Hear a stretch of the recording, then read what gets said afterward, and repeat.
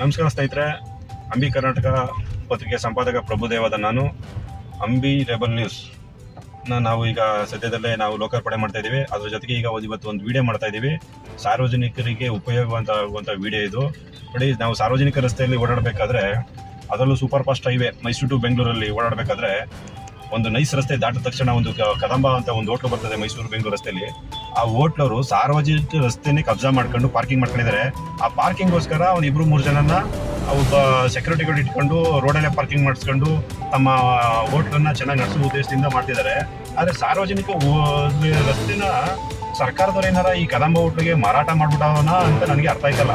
ಸಿದ್ದರಾಮಯ್ಯ ಏನಾದರೂ ಈ ರಸ್ತೆನ ಕದಂಬ ಹೋಟ್ಲಿಗೆ ಮಾರ್ಬಿಡೋರು ಅಂತ ನನಗೆ ಗೊತ್ತಿಲ್ಲ. ಅದ್ರ ಬಗ್ಗೆ ಮುಂದೆ ನಾನು ಹೆಚ್ಚಿನ ಮಾಹಿತಿ ತಗೋತೀನಿ, ಸಂಬಂಧಪಟ್ಟ ಅಧಿಕಾರಿಗಳನ್ನ ತಗೋತೀನಿ. ಈಗ ಸಂಬಂಧಪಟ್ಟ ಅಧಿಕಾರಿಗಳಾದಂಥ ಪೊಲೀಸ್ ಇಲಾಖೆ ಗಮನಕ್ಕೆ ಆಲ್ರೆಡಿ ತಂದಿದ್ದೀನಿ.